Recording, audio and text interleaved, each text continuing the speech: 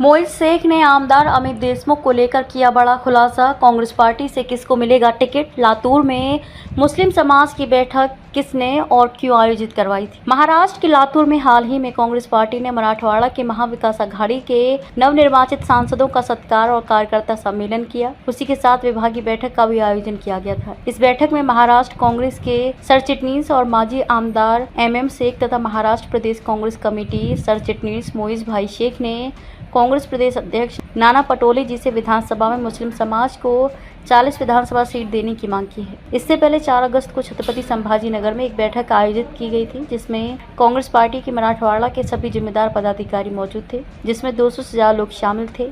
कांग्रेस के मुस्लिम अल्पसंख्यक आजी माजी पदाधिकारी ने अपने विचार रखे। ये मीटिंग किसने और क्यों आयोजित करवाई थी, क्या कुछ तय हुआ था उस मीटिंग में? हिंदनामा न्यूज़ ने कांग्रेस के वरिष्ठ नेता और महाराष्ट्र कांग्रेस के सरचिटनीस मोइज भाई शेख से बातचीत की। देखिए ये रिपोर्ट। हिंदनामा में सभी दर्शकों का स्वागत है। मैं हूं आपका दोस्त, आपका होस्ट नवाब नासर। हमेशा की तरह आज हम एक बहुत सनसनीखेज और इम्पोर्टेंट न्यूज़ लेके आपके सामने आए हैं। पिछले दिनों 4 अगस्त को छत्रपति संभाजी नगर में एक मीटिंग हुई और वो मीटिंग का असर ये हुआ कि पूरे महाराष्ट्र में वो मीटिंग के बाद एक हड़कंप मच गया।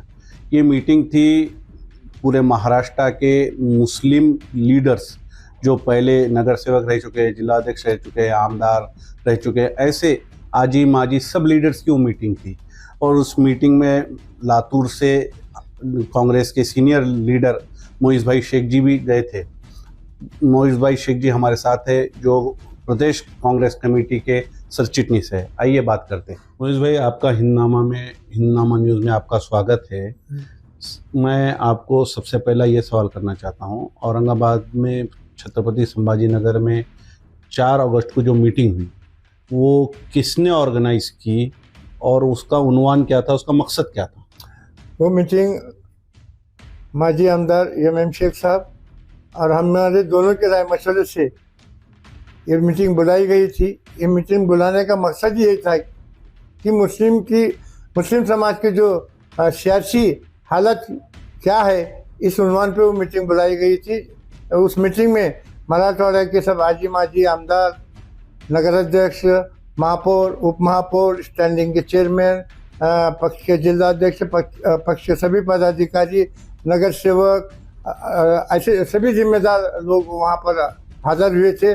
और वहाँ पर एक अच्छी हेल्दी एटमॉस्फेयर में वहाँ डिस्कशन हुआ और उसमें से जो भी बात निकल के आई वो बात हमने लातूर में अमित देशमुख के सामने हमने ऐसी गुजारिश की कि जो 10 तारीख को लातूर में पक्ष के सभी जिम्मेदार लोग आ रहे हैं, वो लोगों के सामने हमारे माइनॉरिटीज के कुछ मसले हमको उनके सामने रखना है।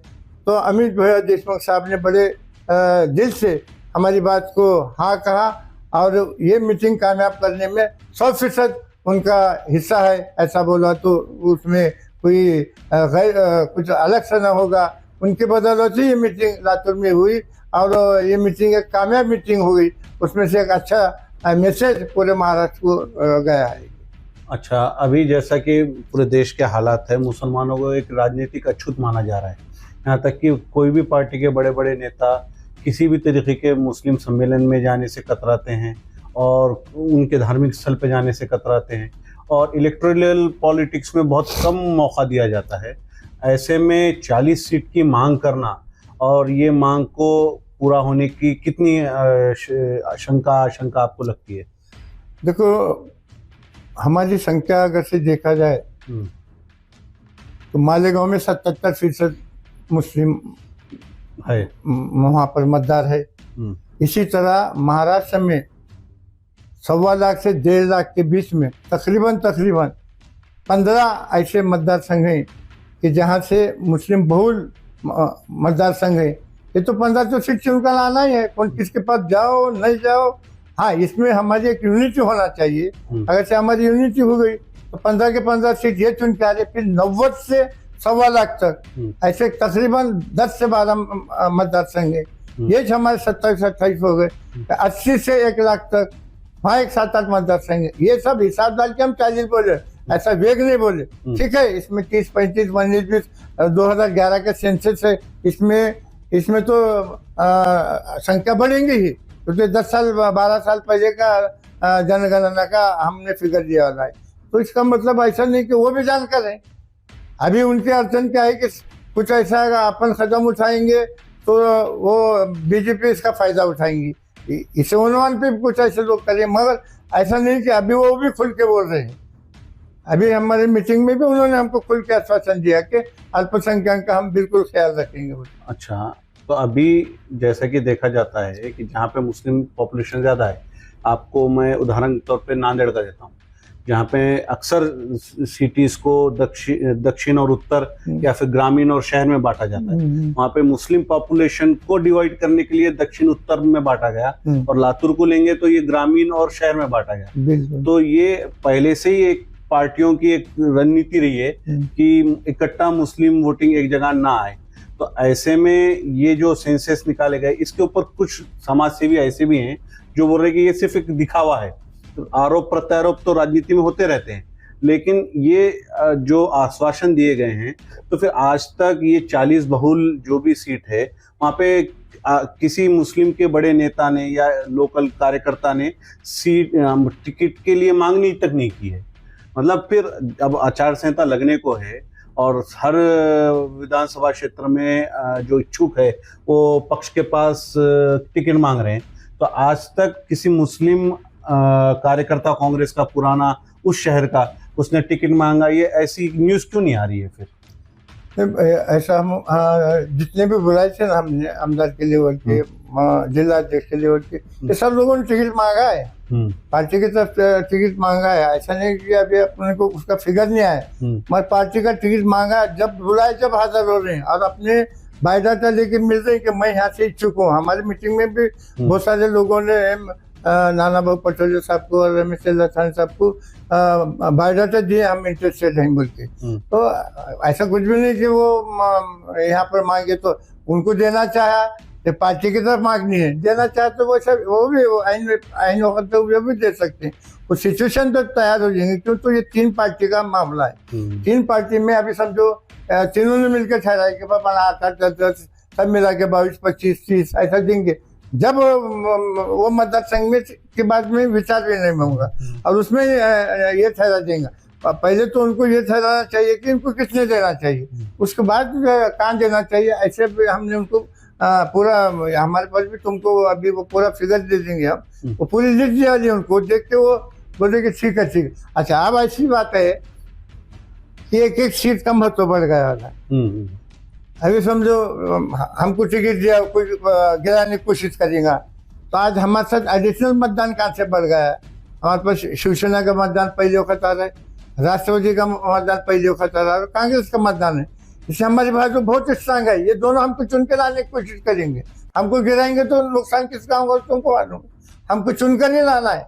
ये सिचुएशन के आधार पे हमने ये हिम्मत की कि हमारी सीट को जब देंगे तो चुन के भी लेंगे सब मिलके, ऐसा हमको लगता है। और कुछ ना कुछ पॉजिटिव सिम्टम्स, पॉजिटिव रिजल्ट आने की उम्मीद है। इसलिए पूरे महाराष्ट्र में एक अलग एटमॉस्फेयर तैयार हो गया है कि राजकीय भागीदारी अगर से बढ़ गई तो कम से कम मसले मसाइल हल होने के चांसेस हैं। और ऐसा कुछ हो गया तो जो फिरका पर ताकतें हैं, अनाप शनाप बकवास करते हैं, उनको जवाब देने के लिए हमारे पास भी कुछ लोग सामने आएंगे, ऐसे हमको उम्मीद है।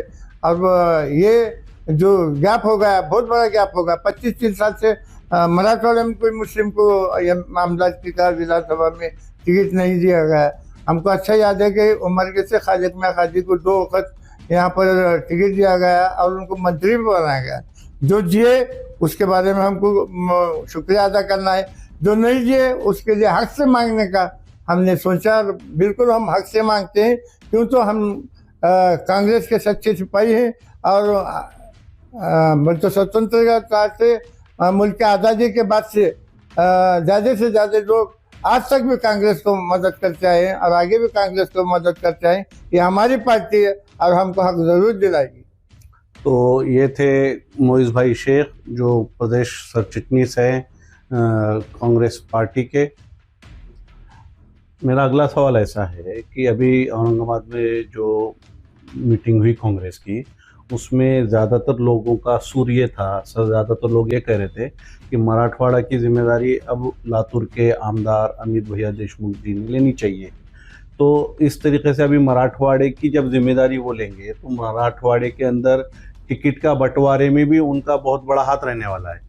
तो इसी तरीके से मैं आपसे ये जानना चाहता हूँ कि जना मराठवाड़े के अमित देशमुख साहब हो गए, वैसे ही पश्चिम महाराष्ट्र के कोई नेता होंगे, वैसे ही कोकण के कुछ नेता होंगे या फिर विदर्भा के नेता होंगे, तो ऐसे लोगों से आप कांटेक्ट में है क्या? तो वहाँ पे टिकट बंटवारे में फिर आप उनसे बात कर सकते हैं कि भाई आपके एरिया में ये 2-3 मुस्लिम बहुल मतदार संघ है, तो यहाँ पे इनको टिकट देना चाहिए या उनको देना चाहिए। इसके बारे में कोई आपकी रणनीति है क्या, वो बताइए। सबसे पहले महाराष्ट्र प्रदेश कांग्रेस कमेटी का मैं तहे दिल से शुक्रिया अदा करता हूं कि जो हमारे मराठवाड़ा के नेता हैं अमित विलास देशमुख साहब, ये उनका चौथा टर्म, आने वाले इलेक्शन में उनका ये चौथा टर्म है।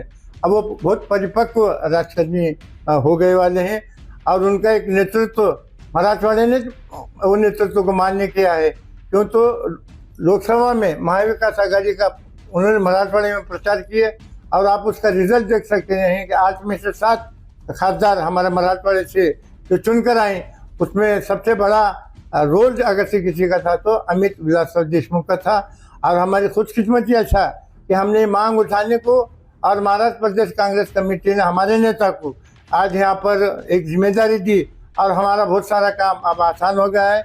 हम अमित देशमुख साहब का जिद से, हक से और मोहब्बत से ये हमारी जो बात है वो मनवा के रहेंगे। तो मराठवाड़ा में मुस्लिम की टक्केवारी अगर से लोक संख्या की देखें तो 20% है और 46 आमदार यहाँ से चुनकर जाते हैं, तो ज़्यादा से ज़्यादा हमारे लिए एक आसान काम हुआ। मराठवाड़े का जो हमको टेंशन था वो टेंशन नहीं रहा। क्यों तो जो लातूर में मीटिंग यहाँ पर जो बुलाई गई है, मैं आपके सामने सच्ची बात ऐसी रखता हूँ कि ये मीटिंग अमित विलास देशमुख ने ही हमको यहाँ पर लेने के लिए कहा और उन्होंने सब तरीके से इस मीटिंग को कामयाब करने के लिए उन्होंने कोशिश की। अब मुझे उन्होंने बताया कि जो भी तुम्हारा डेलीगेट है वो लातूर को लाओ, अपने लातूर में मैं तुम्हारी पैरवी करूँगा, ज़्यादा से ज़्यादा तुम्हारे लोग कैसे चुन के आएंगे इसके बारे में मैं कोशिश करूँगा। ये बात उन्होंने हमसे कही, इसीलिए तो ये मीटिंग लातूर में हुई और एक कामयाब मीटिंग हुई। और वो खुद भी उनकी चाहत ऐसी है कि ज़्यादा से ज़्यादा अल्पसंख्यक, क्योंकि तो उनका मतदार संघ अल्पसंख्यक बहुल रहने की वजह से वो अल्पसंख्यक को झुकता माप जरूर देंगे, ऐसी हमारे को उम्मीद है। इसलिए मराठवाड़े का हमको अब टेंशन नहीं और इन्हीं के बदौलत हम पश्चिम महाराष्ट्र हो या बॉम्बे हो या विदर्भा हो, यहाँ से भी हम ज़्यादा से ज़्यादा हमारे विधानसभा में हमारे मुस्लिम उम्मीदवार कैसा हमको देने को आएगा इनकी हम मदद जरूर देंगे।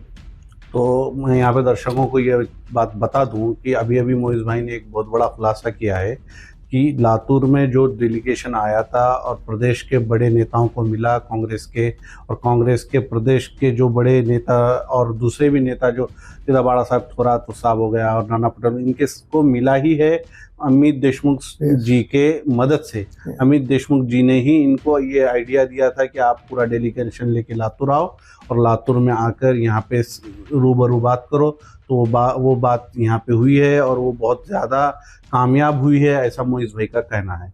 तो अभी आने वाला इलेक्शन बहुत मज़ेदार और बहुत देखने लायक होगा, क्योंकि तिरंगी लड़त है। उसमें फिर 3 पार्टियां इधर, 3 पार्टियों के गुट उधर, फिर वंचित बहुजन अघाड़ी बीच में है, फिर अब जारांगे पाटिल साहब भी अभी एक नया पॉलिटिकल फ्रंट खोल चुके हैं। हाँ, और MIM भी अपनी ताकत आजमाने की कोशिश कर रही है। इम्तियाज जलील लोकसभा हारने के बाद अब औरंगाबाद, छत्रपति संभाजी नगर में और दीगर बड़े बड़े जो मुस्लिम बहुल मतदार संघ है वहाँ से भी, तो और फिर अब अभी मुस्लिम कार्यकर्ताओं और नेताओं ने ये नया एक डेलीगेशन बना के अपनी भी मांग सामने रखी है।